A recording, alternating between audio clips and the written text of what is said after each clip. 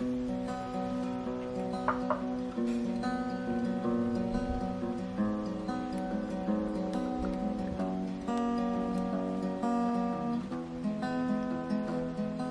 have a cup of freshly brewed chai tea in one of my Fiction and Pottery mugs, so I am all cozy. I've got the candle going. I have my books right here.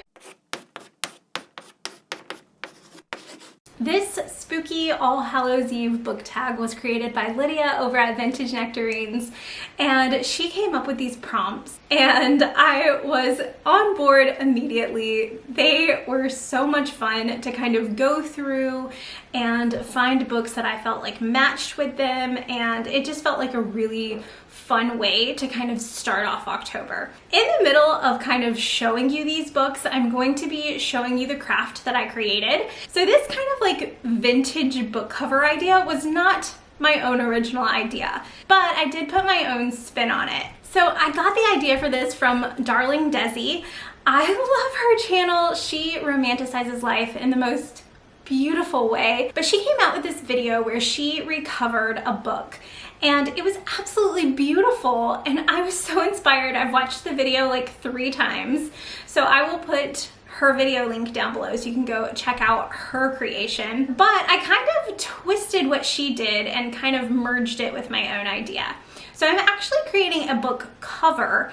I'm not actually gluing anything onto my actual book. I hope you guys are really excited for the book cover craft, and I hope you're excited to get some new ideas for some spooky reads for this fall season. Let's get into it. Now, there are 10 prompts in this little book tag, and I'm gonna go out of order. I'm going to start with number 2 because it's the book that I'm actually recovering for my craft. Number 2 is Something Lurks Under the Bed, a book with monsters or creatures. I feel like reading the prompts, you have to act like it's a ghost story.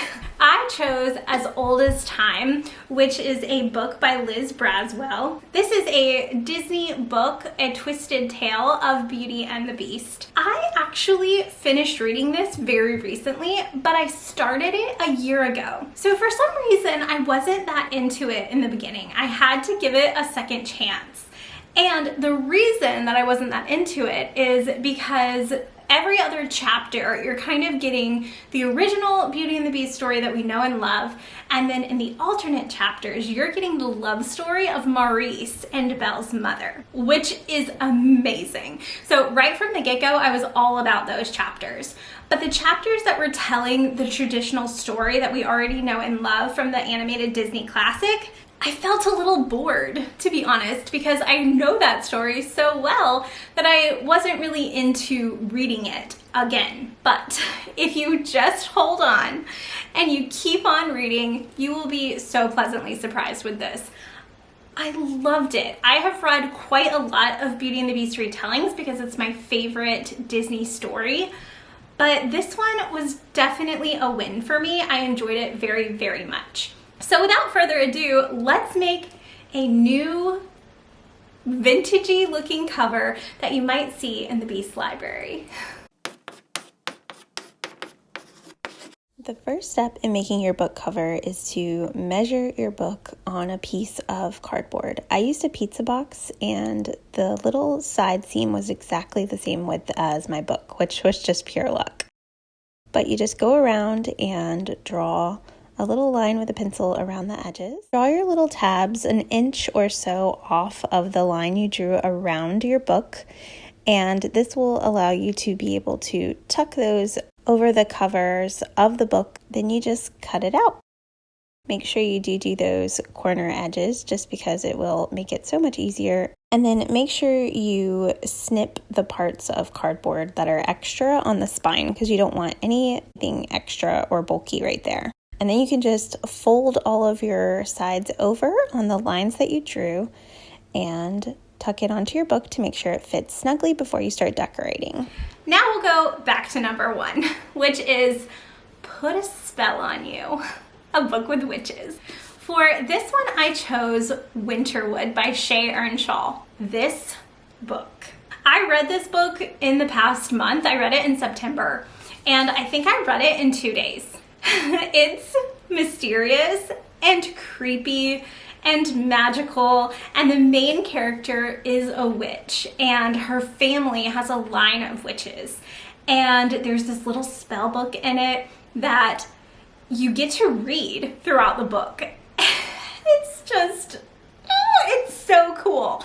I was shocked, and part of me was able to guess some things that were going on from the foreshadowing, but I was not bored. I loved every minute. This is one that I think I would read again during fall or maybe even winter, just because it's a quick read. I love her writing. It's very easy to read, and I just enjoyed it so much. So definitely check this one out.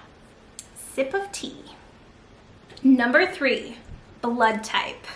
A book with vampires or a murder mystery.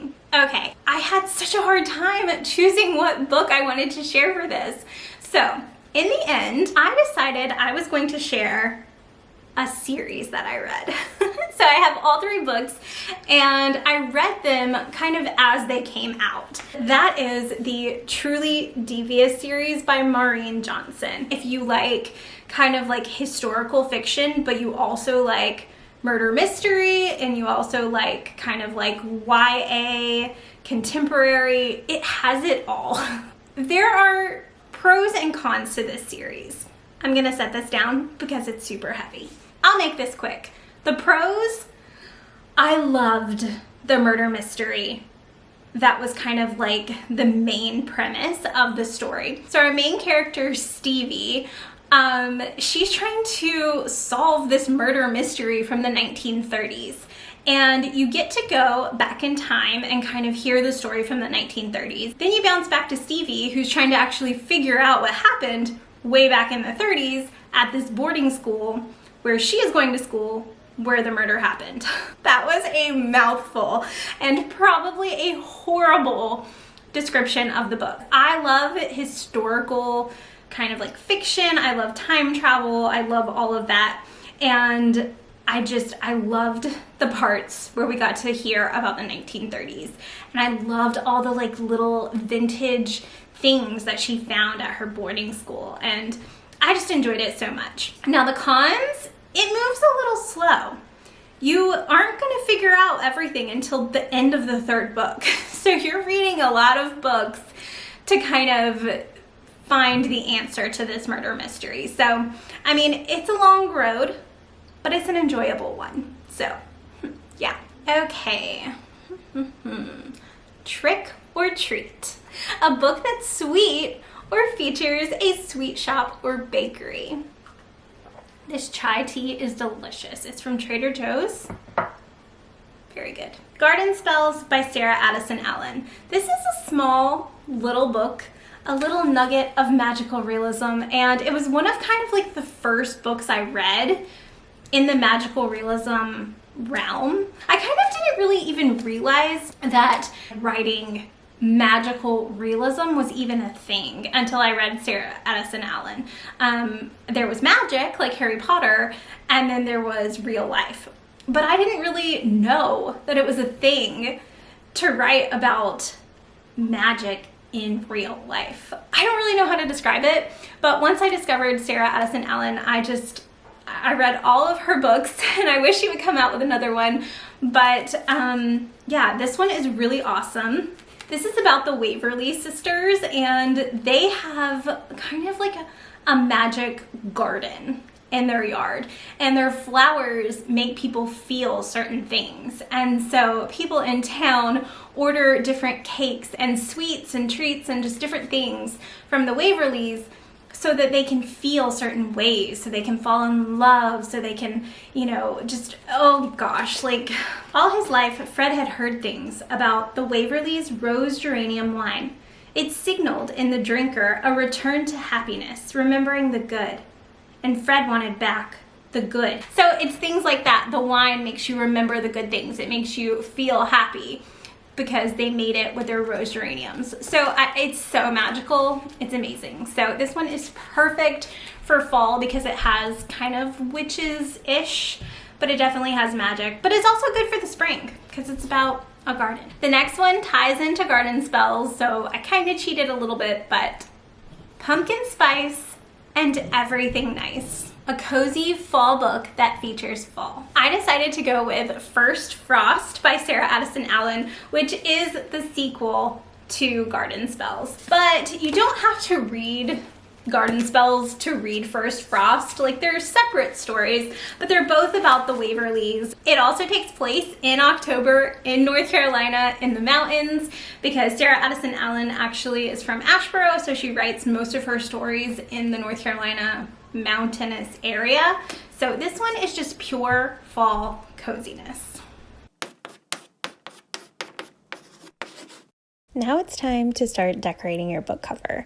So we're going to want to have a piece of paper that you can fold in, crinkle up, and then pull back out. And you're just going to repeat this over and over so that it becomes a really soft piece of vintagey feeling paper. Then you are going to want to cover your pizza box or piece of cardboard with that piece of paper. I use tacky glue because I just think it's great for craft projects. It smooths out really nicely. And so I just covered my pizza box with that and then placed it right on top of my crinkled paper and then smoothed it out. I do really like to smooth it out on the actual paper side because I just think it helps it to have so much more of a smoother finish.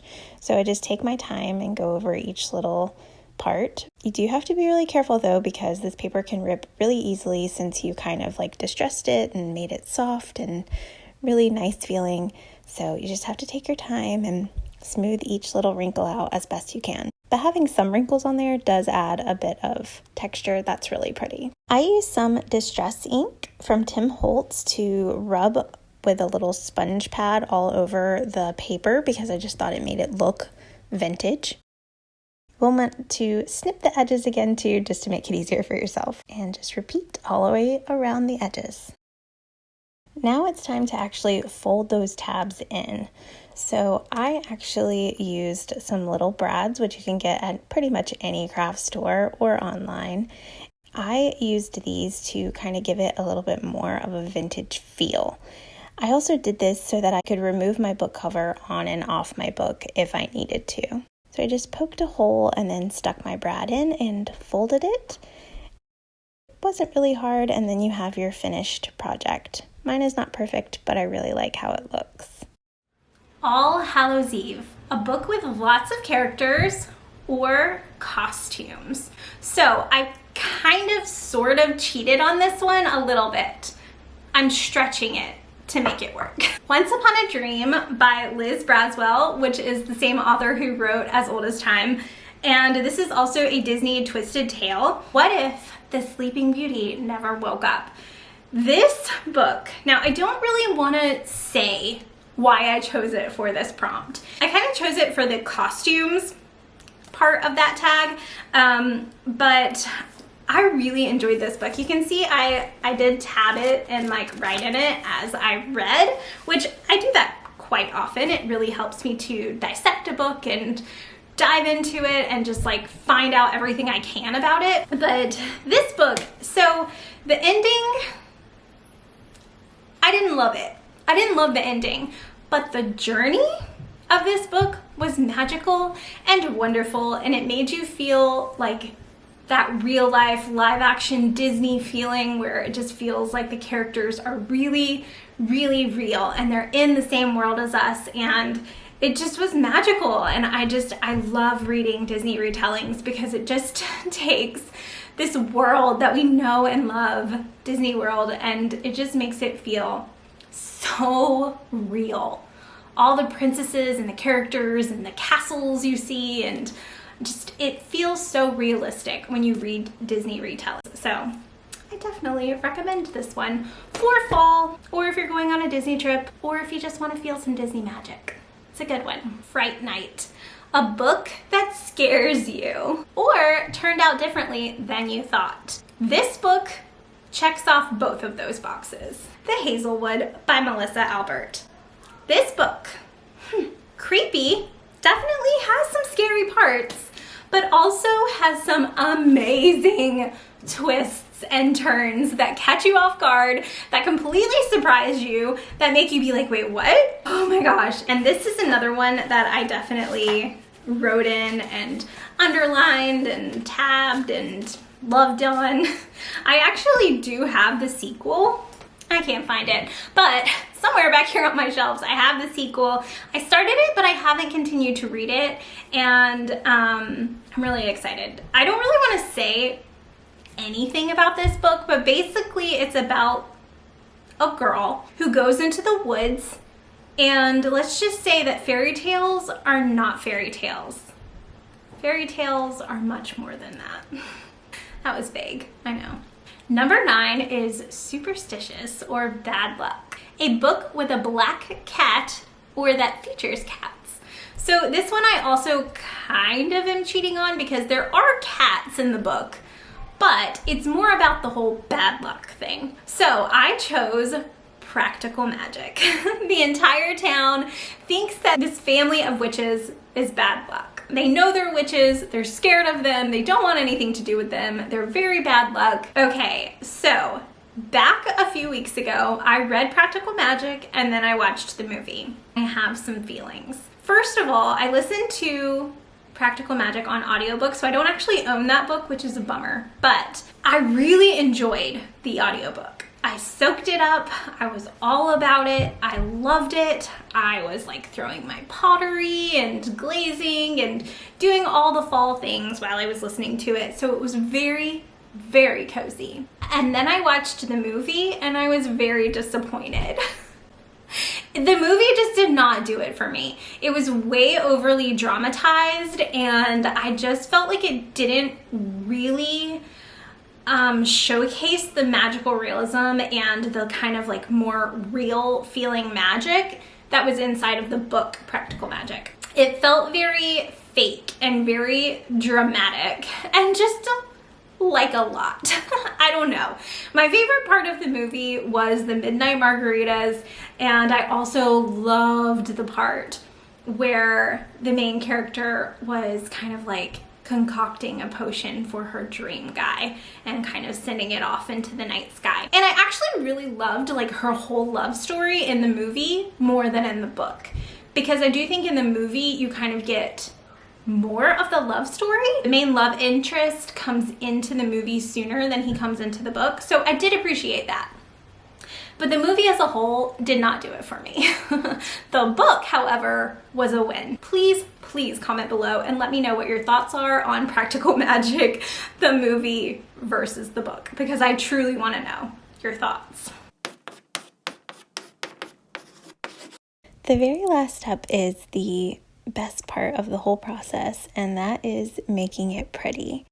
I started off by adding a little bit of this rose gold metallic paint to these little metal corner tabs that I had because I thought that they would really make it look vintage.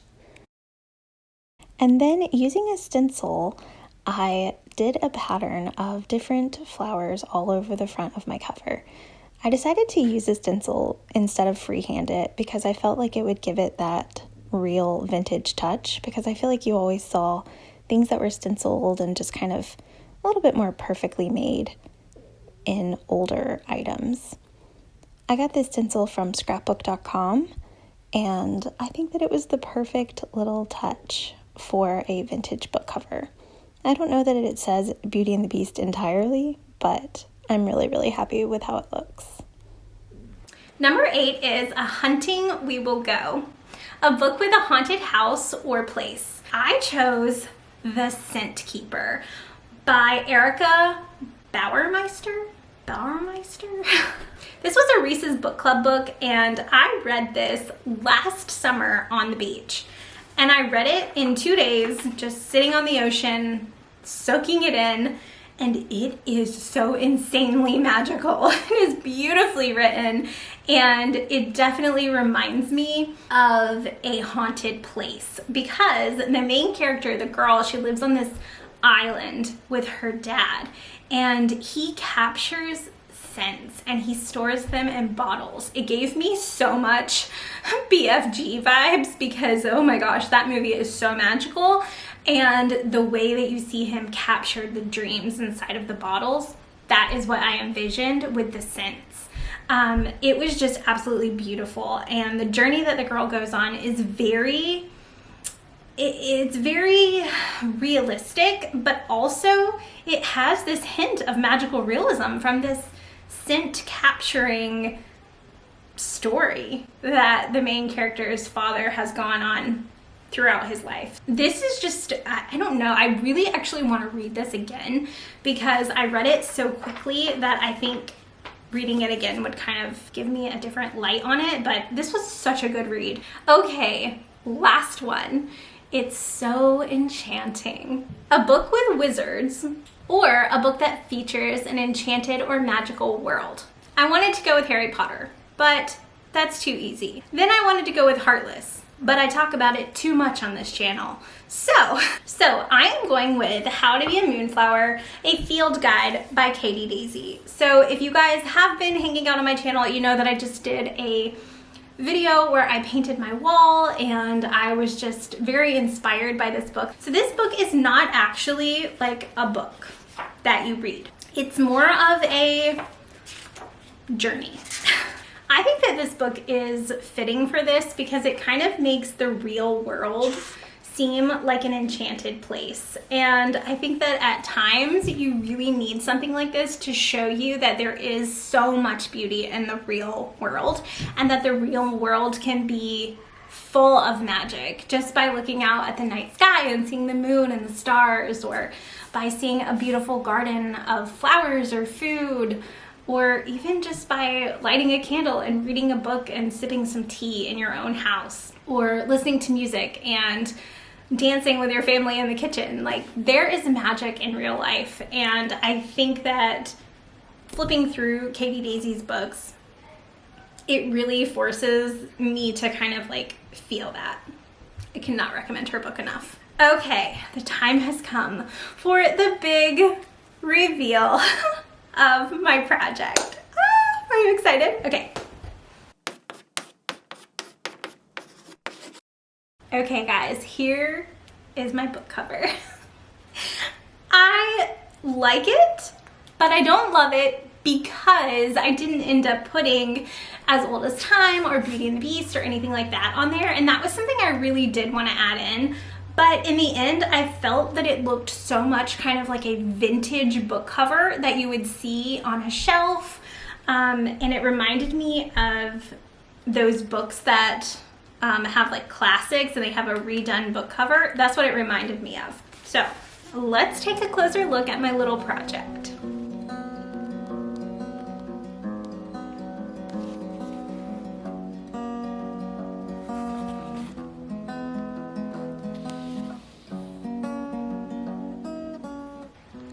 I love the pattern on there, how it's imperfect, but it also feels very symmetrical. I also really loved adding on these corner pieces and the little gold dots along the top. I just think that it has a very, very romantic and vintage feel to it, which I absolutely love. And the back is just blank and the spine is blank. So I did do this where I can actually take this book cover off. There's just little brads here holding it in place, and it's not messed up or anything. So definitely let me know if you would ever make a book cover like this. I think using the pizza box was really amazing because it was actually the exact same width as this book, which was just pure luck, honestly. But I think that having the cardboard as the outside cover, it just makes it very sturdy, and it also makes it look like a real vintage book cover. And I think the crinkled paper, which was the main thing I got from Darling Desi, the main inspiration, it looks like leather or, you know, something old and rustic, and I really like it. I could see myself making kind of a lot of these and having like a little shelf of them somewhere. But this one is actually gonna go into my guest room. I'm gonna be making it into a Be Our Guest Beauty and the Beast themed room very soon. And I really wanted to put my collection of Beauty and the Beast books in there. So there's a chance I may make some more of these book covers for the rest of my Beauty and the Beast retellings and just kind of have them all in there. But either way, I'm so happy with this one. It was such a fun project and it really didn't take me that long. So it's a really good way to just kind of spend an afternoon, listen to a spooky audiobook, and create something whimsical and magical. Thanks so much to Lydia again for coming up with such a cozy fall tag to sit down and just kind of enjoy the afternoon talking about books and crafting. It was just so much fun. Also, Nicole over at Irresistible Magic, she joined in along with us on the book tag, so I have both of their channels linked below.